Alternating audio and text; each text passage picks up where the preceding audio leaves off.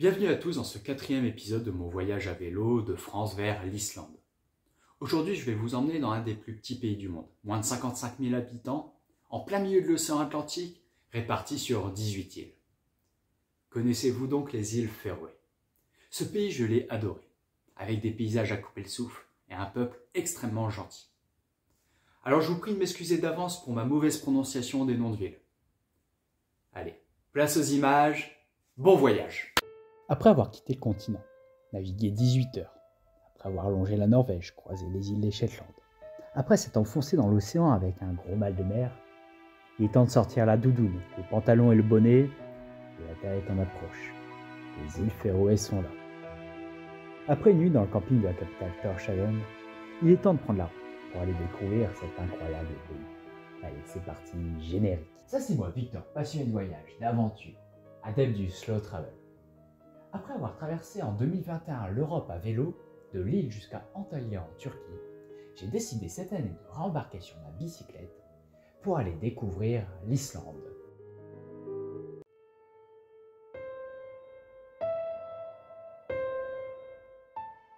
Dès le premier jour, je suis immédiatement plongé dans les dures conditions climatiques. Et oui, aux îles Féroé, la température ne dépasse que rarement les 12 degrés. La pluie est quotidienne et forcément au milieu de l'océan, le vent est permanent. Cette semaine de voyage, je serai accompagné par Françoise, une voyageuse à vélo rencontrée au Danemark quelques jours plus tôt.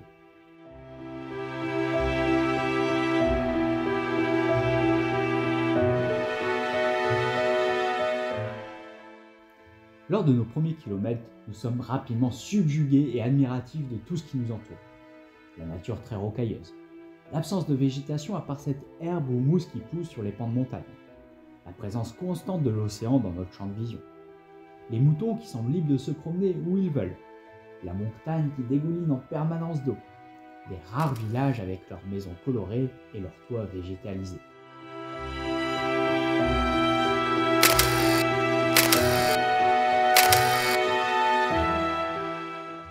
On veut rouler et tout découvrir. Malheureusement, on est rattrapé par la réalité des dures conditions climatiques, du dénivelé et des nombreux villages qui sont isolés en bout de route qui nous obligerait à faire demi-tour.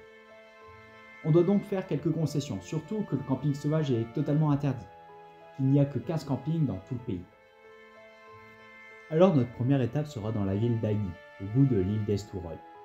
Ici, incroyable, le camping est situé sur l'ancien stade de foot qui est lui-même considéré comme l'un des stades les plus insolites au monde. Malheureusement, il est en synthétique. On doit donc poser nos tentes dans un terrain marécageux à côté, mais toujours avec une vue extraordinaire. Le jour suivant, la météo est fraîche et humide. Les nuages gris s'affrontant avec les sommets de montagne donnent un aspect dramatique au paysage. Aujourd'hui, pas beaucoup de kilomètres à parcourir, mais un bon dénivelé pour contourner le plus haut sommet des îles Féroé. Dans la descente vers la ville de Gjóf, on apprécie de prendre de la vitesse en frôlant les 50 km/h.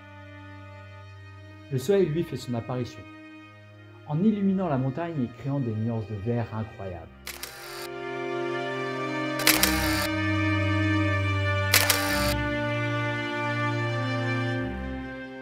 Dans la ville de Gjóf, pas le temps de se reposer.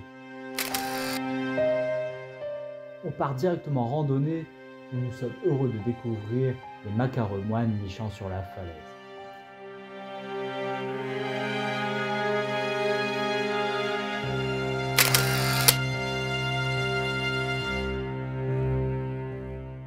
En ce troisième jour, nous poursuivons notre route vers le nord, toujours en alternant fort dénivelé, qui nous fait souffrir, et grande descente qui nous emmène dans des paysages toujours plus impressionnants.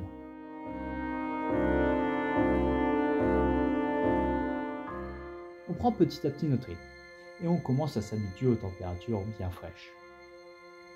Nous avons de la chance aujourd'hui. Le ciel est bleu et il n'y a quasiment pas de vent.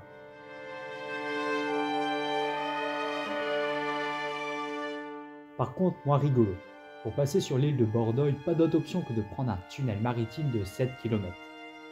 Françoise décidera de faire du stop. Moi, je le tenterai à vélo. Mais j'avoue ne pas être trop rassuré. Malheureusement, ce ne sera que le début de ma terrible expérience des tunnels ici aux îles Féroé.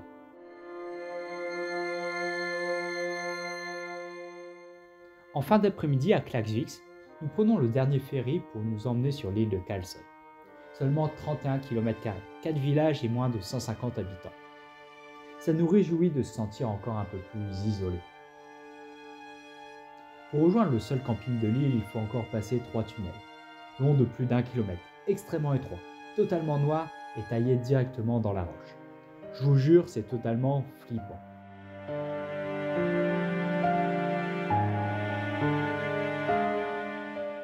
On posera nos tentes à Mikla Dalur, et je pense que les images se suffisent à elles-mêmes pour justifier de la beauté du lieu.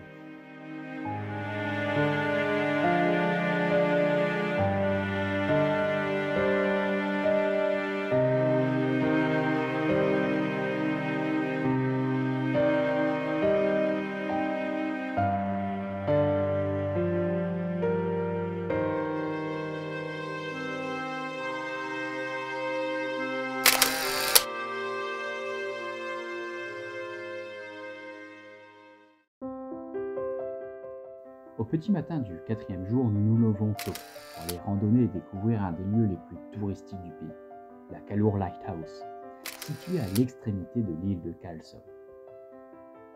Le premier ferry de la journée n'a pas encore déposé les dizaines de touristes, alors nous avons le lieu rien que pour nous. Cet endroit est majestueux. Nous pouvons observer les différentes îles avec ces immenses falaises de 800 mètres de haut, les deuxièmes plus hautes d'Europe. Je suis impressionné de voir une opposition entre la douceur du pan de montagne verdoyant et le côté abrupt de la falaise.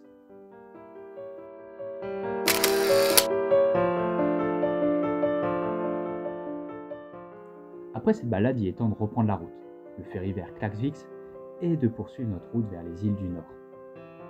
Nous serons confrontés une nouvelle fois par 2 terribles tunnels entièrement noirs de 6 km chacun avec une circulation alternée. Cette dernière terrifiante et dangereuse expérience nous fera dire que ce sera la dernière fois qu'on prendra le tunnel à vélo. Après un tour vers la ville la plus au nord du pays, Vidareidi, nous décidons d'aller s'isoler un peu plus sur l'île de Svinöd, une des plus petites îles habitées de l'archipel, 100 habitants en été et seulement 7 en hiver. Nous sommes accompagnés de Franck et Fabien, 2 voyageurs à pied et en stop rencontrés dans les campings précédents. Pour atteindre cette île, il n'y a qu'un bateau-bus et il est impossible d'emmener sa voiture. Alors quand on attache nos vélos, que nos bagages sont embarqués dans des grosses caisses, on se demande bien où l'on part.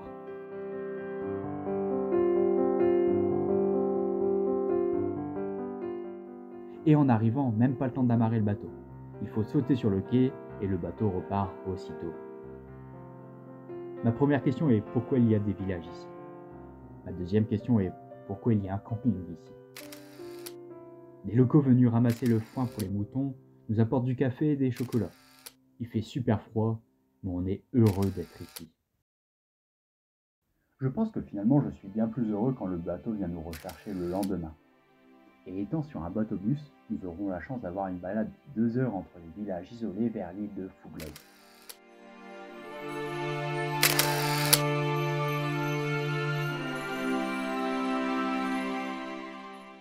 Une fois revenus sur Terre et sur les îles principales, l'objectif est de traverser le pays pour atteindre l'île de Vagar, qui se trouve tout au sud. Comme dit précédemment, on ne fera plus de vélo dans les tunnels.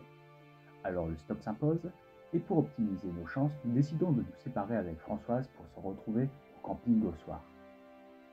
Ma première voiture ne sera pas la plus rassurante pour mon vélo, et mon chauffeur très sympa fera un détour de 70 km pour m'emmener jusqu'à la capitale, en me faisant passer par un tunnel avec l'incroyable rond-point sous-marin qui permet de relier 3 îles entre elles.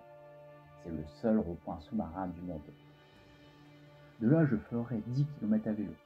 La pluie s'invite, mais je retrouve un chauffeur qui me fera passer 3 nouveaux tunnels. J'arriverai donc enfin à Vagar, où Françoise a bien été plus rapide que moi. Le 6e jour sera le jour de la folie ou de la connerie. En partant découvrir la ville de Molafosso, on essaye d'éviter un tunnel en prenant des chemins de randonnée avec nos vélos. Je ne fais que râler tout le parcours alors que Françoise s'éclate à porter son vélo. Par contre, le paysage est magnifique.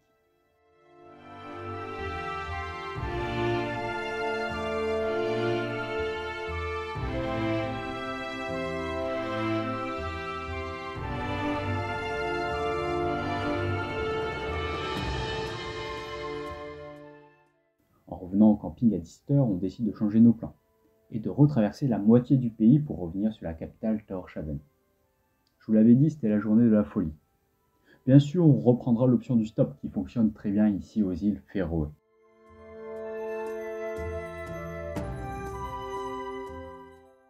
Mon ferry pour l'Islande sera reporté d'une journée à cause d'une tempête de vent sur le continent. Nous décidons donc de profiter de cette journée pour aller découvrir une dernière île, Suðuroy, située à 2 heures en bateau. Il y a beaucoup de vent, alors nous n'utiliserons pas nos vélos, mais ferons une nouvelle fois du stop avec des locaux qui nous feront découvrir leur île. Je mets donc peu de vidéos, et je vous laisse encore avec de belles photos.